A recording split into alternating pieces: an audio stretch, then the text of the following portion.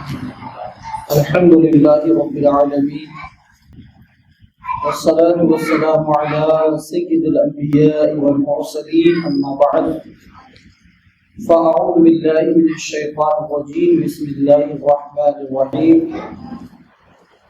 أو كما قال النبي صلى الله تعالى عليه وسلم لو كان بعد النبي لكان عمر صدق الله العظيم وصدق رسوله النبي الكريم ونحن على ذلك لمن الشاهدين والشاكرين والحمد لله رب العالمين.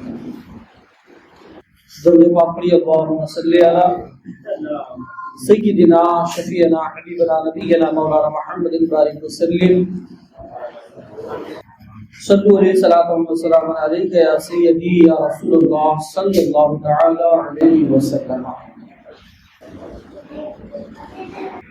آج ہم ایک ایسی عظیم المرتبہ شخصیت کی فضائل و مناقب بیان کرنے کی سعادت حاصل کر رہے ہیں جن کی ذات گرامی اسلام کی قوت، عدل، فقہ، بصیرت اور تقوی کا حسین امتزاج ہے.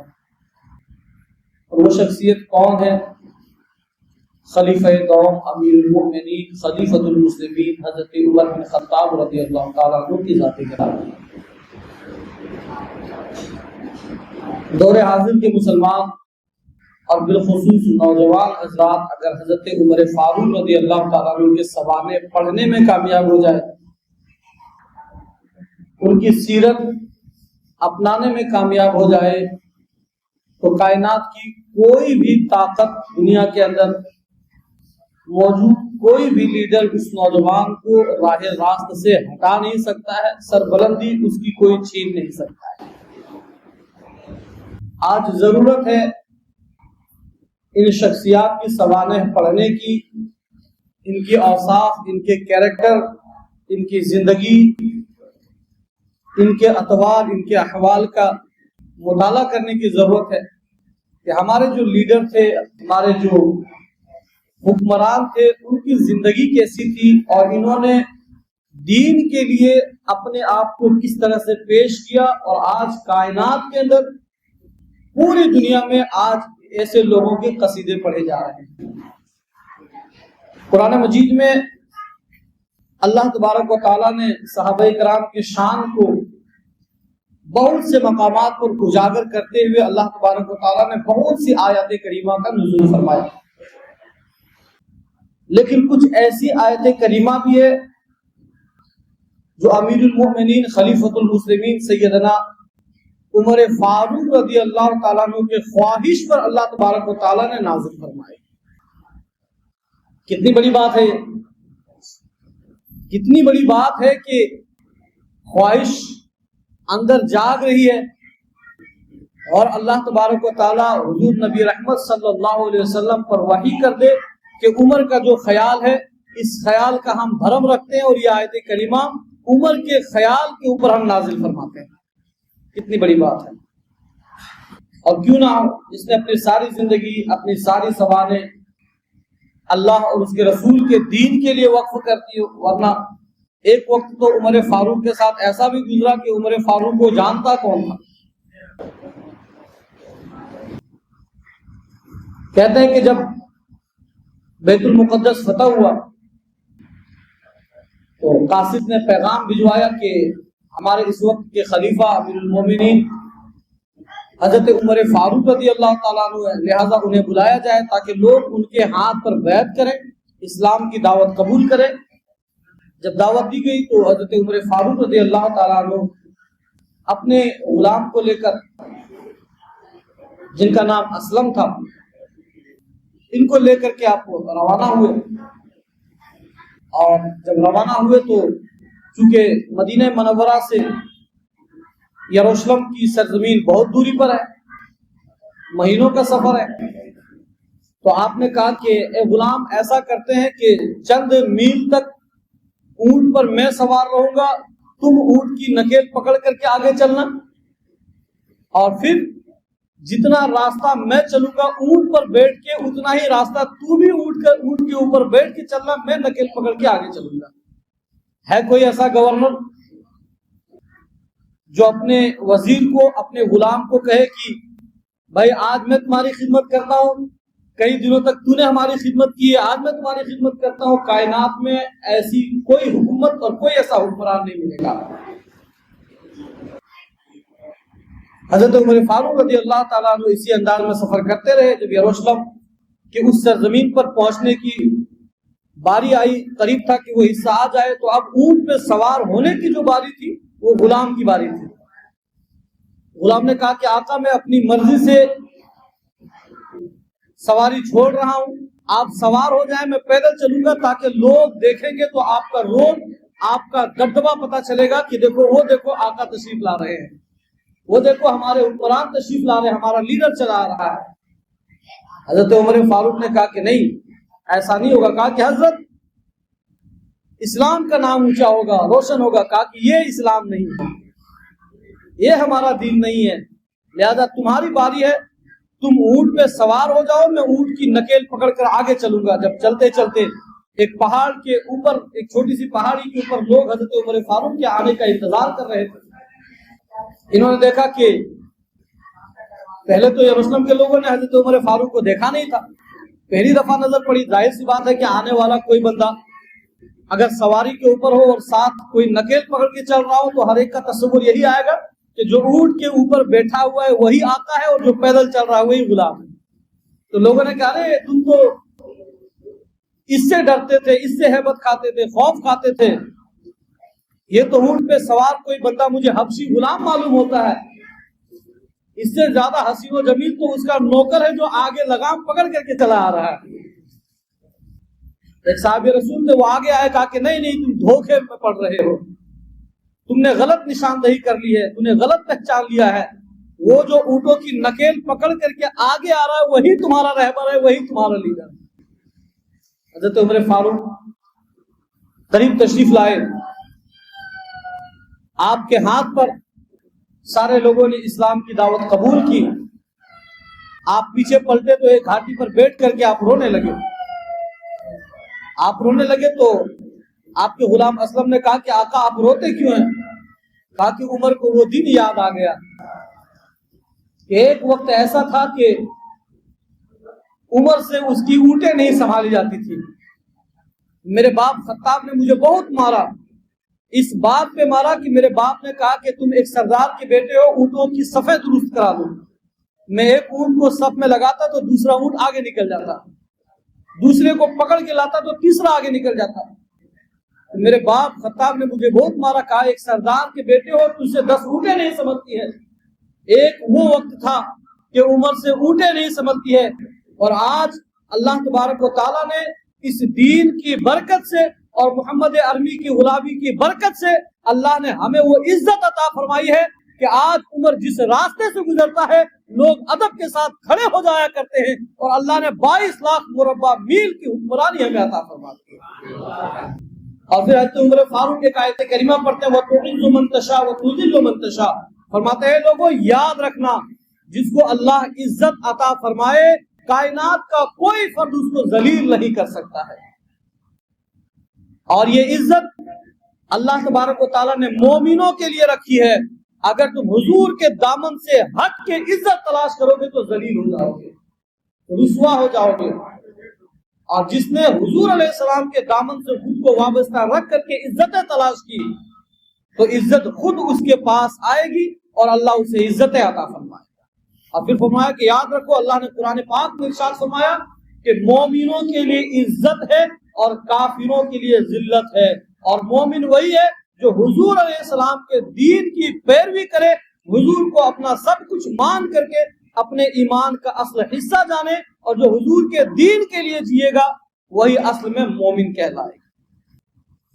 پیارے اسلام بھائیو، حضرت عمر فاروق رضی اللہ تعالیٰ عنہ کی زندگی اگر آج کے لیڈر، آج کے حکمران، آج کا ہر وہ بندہ جو ایز اے ٹیم لیڈ کر رہا ہو یا اپنے علاقے کو لیڈ کر رہا ہو یا انڈیا لیول پہ لیڈ کر رہا ہو، ہر بندے کو چاہیے کہ حضرت عمر فاروق رضی اللہ تعالیٰ عنہ کے سوانح کو پڑھے، اور جس نے بھی حضرت عمر فاروق رضی اللہ تعالیٰ عنہ کی زندگی کو پڑھا ہے اس نے باضابطہ اس بات کو خود تسلیم کیا ہے کہ اگر دنیا کے اندر ایسے لیڈر آ جائے تو دنیا سے سارے کرپشن ختم ہو جائے، سارے غلط کام اور سارے وہ رول ریگولیشن جس سے لوگوں کے اندر بدحالی آتی ہو اور لوگ پھنس جاتے ہوں اور لوگوں کا خون خرابہ ہوتا ہو، تو یہ معاملات ایسے ہی ختم ہو جائیں گے اگر کوئی حضرت عمر فاروق رضی اللہ تعالیٰ عنہ کی زندگی کو اپنانے میں کامیاب ہے۔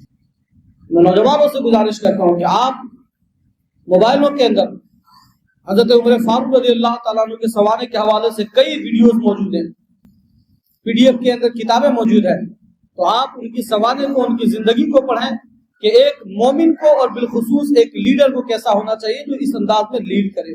حضرت عمر فاروق رضی اللہ تعالیٰ عنہ ایک دفعہ ایک پل کے نیچے رو رہے تھے، کسی نے پوچھا کہ عمر کیوں روتے ہو؟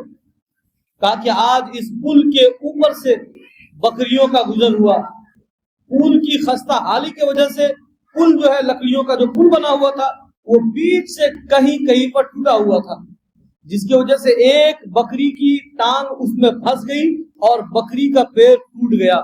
میں اس ڈر سے رو رہا ہوں کہ کل اللہ نے اگر مجھ سے پوچھ لیا کہ عمر تمہاری حکمرانی میں، تمہاری حکومت میں ایک بکری کا پاؤں ٹوٹ گیا تھا تو میں اللہ کو کیا جواب دوں گا؟ ایسی حکومت تھی، راتوں کو گشت کرتے، علاقے میں گھومتے اور دیکھتے کہ کس کے گھر میں بچوں کے رونے کی آوازیں آ رہی ہیں، کس کے گھر میں لڑائیاں ہو رہی ہیں، کس کے گھر میں فتنے بپا ہو رہے ہیں۔ کہتے ہیں کہ ایک رات جب حضرت عمر فاروق رضی اللہ تعالیٰ عنہ علاقے کا گشت کر رہے تھے، آپ نے دیکھا کہ ایک گھر سے دھواں اٹھ رہا ہے، پھر دل میں خیال آیا کہ ہو سکتا ہے کہ رات کے پہر کوئی مہمان آیا ہوگا جس کے کھانے کے لیے انتظام کیا جاتا ہوگا۔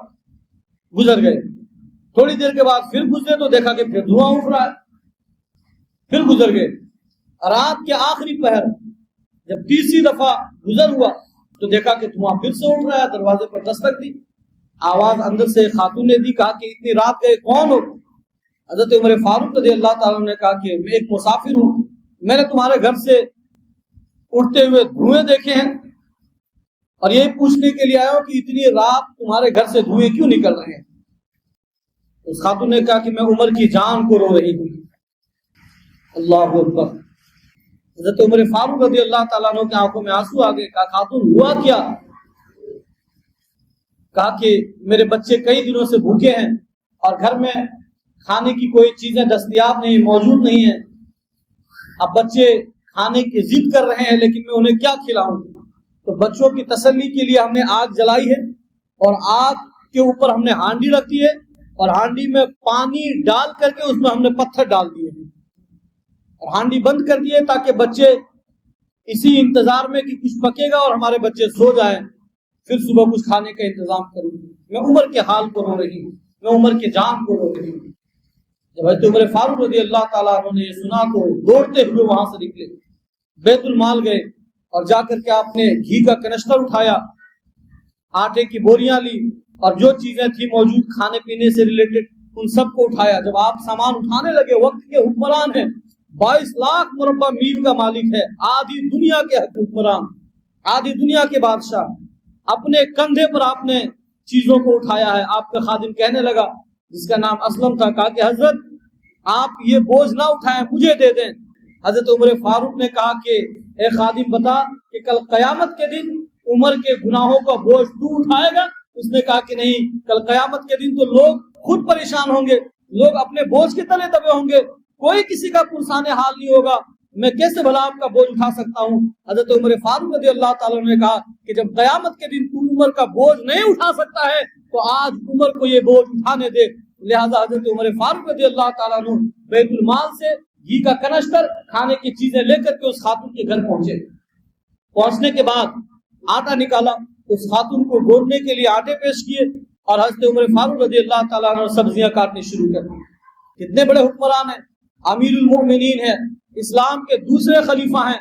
حضور نبی رحمت صلی اللہ علیہ وسلم حضرت عمر فاروق کی شان کو بیان کرتے ہوئے ارشاد فرماتے ہیں، لو کان نبی بعد عمر، فرمایا کہ لوگوں سنو، اللہ تبارک و تعالیٰ نے نبوت کا اختتام مجھ پر کر دیا، میرے بعد کوئی دوسرا نبی پیدا نہیں ہو سکتا، لیکن اگر کوئی نبی ہوتا تو اللہ عمر کو یہ اعزاز عطا فرماتا کہ اللہ تبارک و تعالیٰ عمر کو نبی ہونے کا اعزاز عطا کرتا۔ کتنے بڑے مرتبے والے شخصیت۔ حضور فرماتے ہیں کہ میرے 4 اور بہت ہی زیادہ خاص میرے قریبی ہیں اور وہ میرے وزیر ہیں، اور یہ وزیر 2 زمین پر ہے اور 2 آسمان پر ہے۔ اور آپ نے حضرت جبرائیل علیہ السلام اور حضرت میکائیل علیہ السلام کے حوالے سے فرمایا کہ وہ آسمان پر ہمارے وزیر ہیں، اور زمین میں حضرت ابوبکر صدیق رضی اللہ تعالیٰ عنہ اور حضرت عمر فاروق رضی اللہ تعالیٰ عنہ، یہ ہمارے وزیر ہیں۔ اتنے بڑے مرتبے والا۔ ایک دن حضور علیہ السلام کی بارگاہ میں آئے، خانہ کعبہ کے قریب کھڑے ہوئے اور فرمایا کہ یا رسول اللہ، ہمارے باپ داداؤں کا یہ مسکن تھا، ابراہیم علیہ السلام اس جگہ پر کھڑے ہو کر کے اللہ کی عبادت کرتے تھے، کاش ہمارا اگر یہ مصلی بن جاتا اور ہم بھی اس جگہ پر نماز پڑھتے تو ہمارے لیے کیا ہی اچھا ہوتا۔ جب یہ بات حضور علیہ السلام کو حضرت عمر فاروق نے کہی تو ابھی بات ختم بھی نہیں ہوئی تھی کہ اللہ تبارک و تعالیٰ نے جبرائیل علیہ السلام کے ذریعے وَاتَّخَذَ مِن مَقَامِ إِبْرَاهِيمَ مُصَلَّى وَأَعِدْنَا، یہ آیت کریمہ اللہ تبارک و تعالیٰ نے نازل فرما دی اور فرمایا کہ ہم عمر کی باتوں کا خیال رکھتے ہیں، جس جگہ پر ابراہیم نے نماز پڑھی تھی ہم اسی جگہ کو تمہارے لیے مصلی قرار دیں گے۔ کتنے بڑے مرتبے والے، لیکن حال کیا ہے؟ اپنی آخرت کی فکر کتنی ہے، خاتون کے بغل میں بیٹھ کے سبزیاں کاٹ رہے ہیں۔ اور راوی بیان کرتے ہیں کہ جب چولہے میں آگ بجھنے لگتی تو اس طرح سر جھکا کر کے گھٹنوں کے بل لیٹ کر کے اور چولہے میں پھونک مارا کرتے تھے۔ اللہ اکبر! کہاں ہے ایسے حکمران؟ کہاں ہے ایسے حکمران؟ دکھائیں آج کائنات کے اندر کیا کوئی ایسا لیڈر آپ کو ملتا ہے جس کے سینے کے اندر اللہ کا خوف ہوگا، پھر وہ اس بات کی پرواہ نہیں کرے گا کہ دنیا ہمیں کیا کہے گی، اسے صرف ایک بات کی فکر ہوگی کہ ہماری رعایا ہم سے خوش ہے یا نہیں ہے، ہم اپنے حقوق کی ادائیگی کا خیال رکھتے ہیں یا نہیں رکھتے ہیں۔ اگر رکھتے ہیں تو اللہ کا شکر ادا کریں اور نہیں رکھتے ہیں تو اللہ کا خوف کریں۔ حضرت عمر فاروق رضی اللہ تعالیٰ جب کھانا پک گیا اور کہتے ہیں کہ جب کھانا ابھی چڑھا تھا، تیار ہو رہا تھا، تو حضرت عمر فاروق رضی اللہ تعالیٰ ان روتے ہوئے بچوں کے جانب دیکھتے ہیں اور خود بھی روتے ہیں اور کہتے ہیں کہ عمر، تم کیسا فرد ہے کہ تمہارے وجہ سے چھوٹے چھوٹے بچے رو رہے ہیں۔ آج حالات، پوری دنیا کے حکمرانوں کو ان چیزوں سے سیکھنا چاہیے کہ آج نہ جانے کتنے گھر ایسے ہیں جن گھروں میں چولہے نہیں جلتے، کتنے گھر ایسے ہیں جہاں کے بچے بھوک کی وجہ سے رو رہے ہوتے ہیں، لیکن نہ ہمیں فکر ہوتی نہ حکومت کو فکر ہوتی ہے۔ اسی لیے میں کہتا ہوں کہ حضرت عمر فاروق کی زندگی کا مطالعہ کرنا ہم سب کے لیے ضروری ہے، سب کے لیے ضروری ہے۔ حضرت عمر فاروق کبھی ان چھوٹے چھوٹے بچوں کو دیکھتے جن کے آنکھوں میں آنسو کے قطرے جاری ہیں، خود بھی روتے، پھر کہا کہ اے عمر، جتنا تو نے بچوں کو رلایا ہے تو اس پر یہ واجب ہے کہ ان بچوں کے چہرے پہ مسکراہٹ بھی لے آؤ، ان بچوں کو ہنساؤ بھی۔ جب تک کھانا پک رہا ہے، وقت کے اتنے بڑے امیر، خلیفۃ المسلمین، مسلمانوں کے خلیفہ اور حضور کے ساتھ ہی ان بچوں کو کھلا رہے ہیں، اور دونوں گھٹنوں کے بل اور دونوں ہاتھوں کے بل جس طرح ایک بکری چلا کرتا ہے اسی طرح چلتے، کبھی بچوں کو کندھے پر اٹھاتے، کبھی گود میں اٹھاتے، کبھی پیار کرتے، اور جتنا بچے رو رہے تھے اب حضرت عمر فاروق کی کوشش ہوتی کہ بچوں کو اتنا ہی ہنسایا جائے، اور بچوں کو ہنساتے۔ کھانا تیار ہوا، اپنے ہاتھوں سے کھانا نکال کر کے بچوں کے سامنے پیش کیے، اور پیش کرنے کے بعد حضرت عمر، اس خاتون کو معلوم نہیں ہے کہ یہ امیر المومنین ہے، یہ خلیفۃ المسلمین ہے۔ حضرت عمر فاروق نے کہا، خاتون، تجھے بہت گلے ہیں، بہت شکوے ہیں عمر فاروق سے، امیر المومنین سے بڑی شکایت ہے، لیکن ہو سکتا ہے کہ اس کے مصروفیات بہت زیادہ ہوں گے، حکومت اس کے اندر ہے، اور اس وقت بہت ساری آزمائشوں سے وہ گھرے ہوئے ہیں، بہت سا کام ان کے پاس ہے، تو ہو سکتا ہے کہ تمہارے گھر کے جانب عمر کی توجہ نہیں گئی ہو، لہذا عمر کو معاف کر دو۔ وہ خاتون کہتے نہیں میں نہیں معاف کرنے والی، کل قیامت کا دن ہوگا، عمر کا گریبان ہوگا اور میرا ہاتھ ہوگا، اور میں اللہ کے سامنے عمر سے پوچھوں گی کہ پروردگار عالم، عمر اس وقت مسلمانوں کا خلیفہ تھا، اور آج عمر کو تو نے یہ مقام اور یہ عزت عطا فرمائی کہ حضور کے ساتھیوں میں سے صف اول میں کھڑے ہیں، لیکن کیا عمر کو ہمارے بچوں کے حال پہ ترس نہیں آیا؟ کل میں پوچھوں گی۔ تو حضرت عمر فاروق رونے لگے اور کہا کہ خاتون، کل قیامت کے دن عمر کے پاس اتنی جرت نہیں ہوگی کہ اللہ کے سامنے کھڑا ہو کر کے تمہارے سوالوں کا جواب دے سکے. تم سے جتنے گلے شکوے ہیں آج پورے کر لو، عمر تمہارے سامنے موجود ہے. جتنی تکلیف تجھے عمر کی وجہ سے ہوئی، تو چاہے تو جو سزا چاہے دے دو، لیکن کل اللہ کے سامنے ہماری فریاد ہے، کل اللہ کے سامنے ہماری شکایتیں مت کرنا. اے خاتون عمر کو معاف کر دے، عمر تمہارے سامنے موجود ہے. اس خاتون نے کہا کہ اگر تو عمر ہے تو واقعی اللہ نے تمہیں عزت سے نوازا، جا میں تجھے معاف کر دوں. کیسے خلیفہ تھے، کیسے خلیفہ تھے. آج ہمیں بھی چاہیے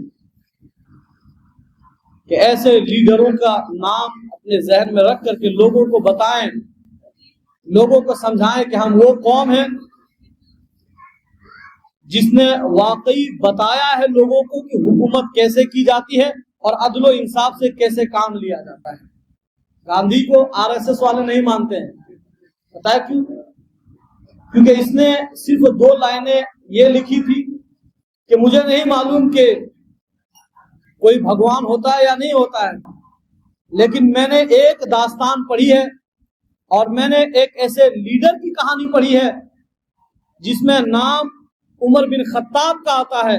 اور گاندھی کہتا ہے کہ اگر میرے پاس عمر جیسا، عمر فاروق جیسا اور عمر بن عبدالعزیز جیسا اگر 2 لیڈر ہمارے پاس ہوتا تو کب کا میں ہندوستان فتح کر چکا ہوتا ہے. تو غیر بھی ان چیزوں کو تسلیم کرنے پر مجبور ہو جاتا ہے جب ان کے نگاہوں سے یہ سارے واقعات گزرتے ہیں. کتنا بڑا مرتبہ ہے، کتنی بڑی شخصیت ہے. حضرت عمر فاروق رضی اللہ تعالیٰ عنہ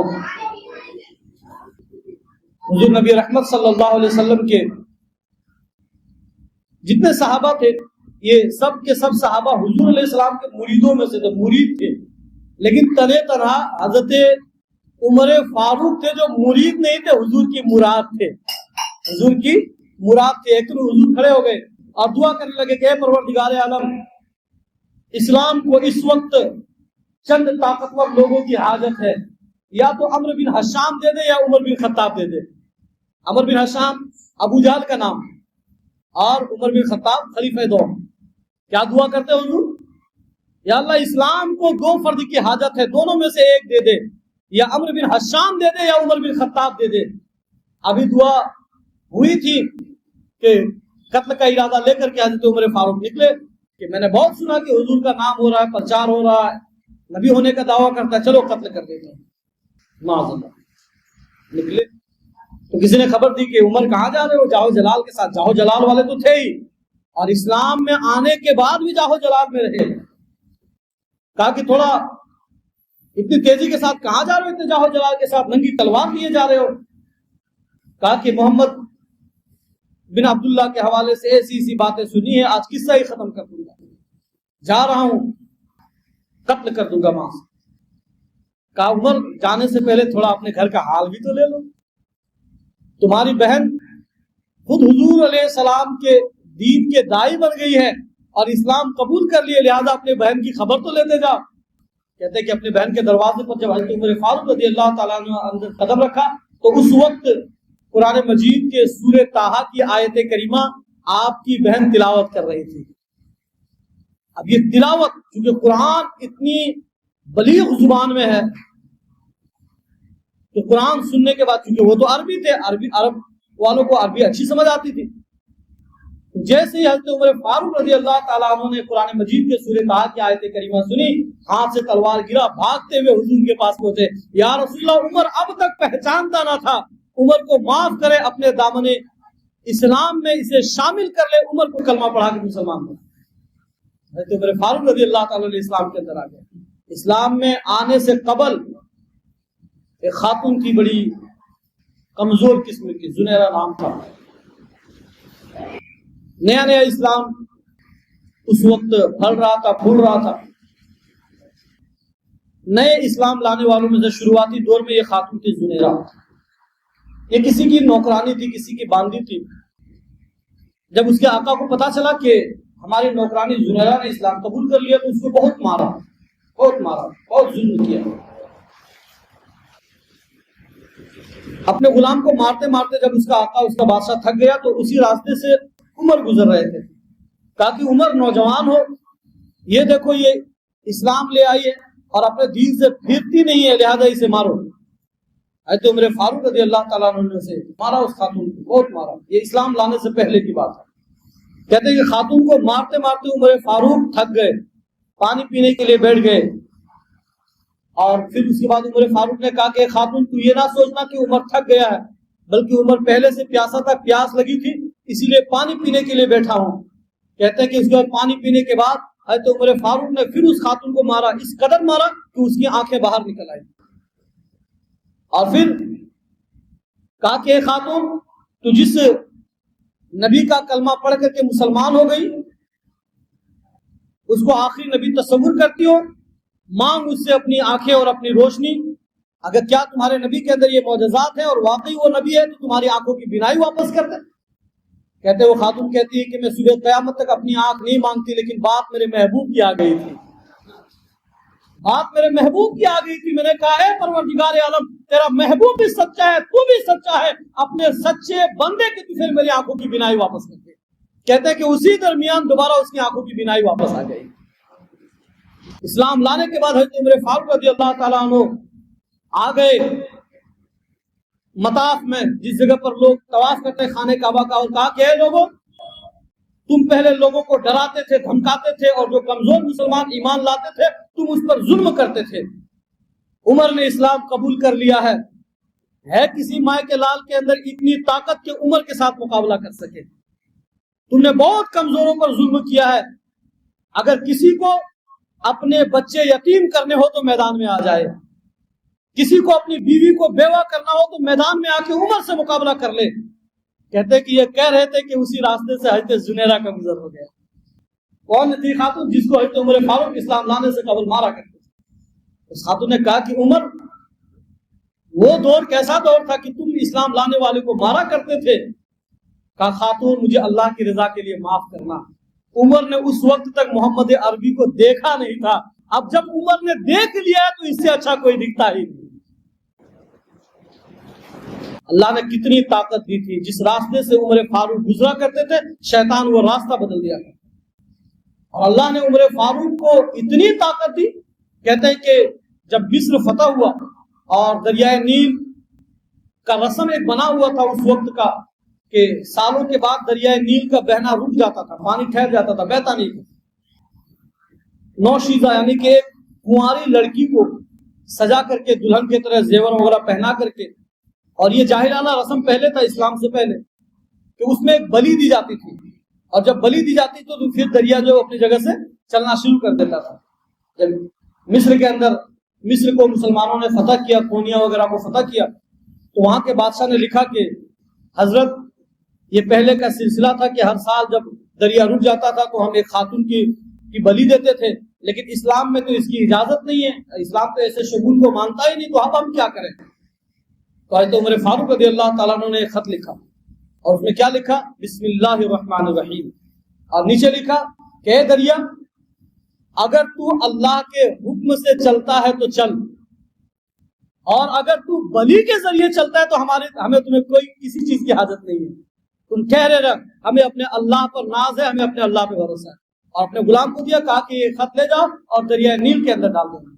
کہتے ہیں کہ دریائے نیل کے اندر اس خط کو ڈال دیا گیا، اور جب دریائے نیل کے اندر اس کو ڈالا گیا تو وہ دریا ایسا بہا کہ آج 1450 سال ہو گئے، آج تک رکا نہیں۔ کیسی حکمرانی تھی، کیسی حکمرانی تھی! کہتے ہیں کہ مدینہ شریف کے اندر جوالا مکھی پھٹا، آگ بہ نکلا۔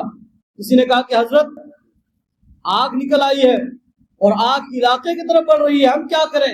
حضرت عمر فاروق نے کہا کہ یہ ہمارا قمیض ہے، اسے لے جاؤ اور وہ آگ جس جانب بڑھ رہی ہے اس کے سامنے ڈال دینا۔ کہتے ہیں کہ عمر فاروق کی قمیض ڈال دی گئی تو آگ واپس ہو گئی اور آگ کا سلسلہ وہیں سے ختم ہو گیا۔ کہتے ہیں کہ زمین پہ جب زلزلہ آتا تھا، بھوکمپ آتا تھا، تو حضرت عمر فاروق اپنے کوڑے نکالتے تھے، درے نکالتے تھے، اور زمین پر مار کر کہتے تھے کہ اے زمین کیا عمر نے تجھ پر انصاف نہیں کیا ہے؟ عمر نے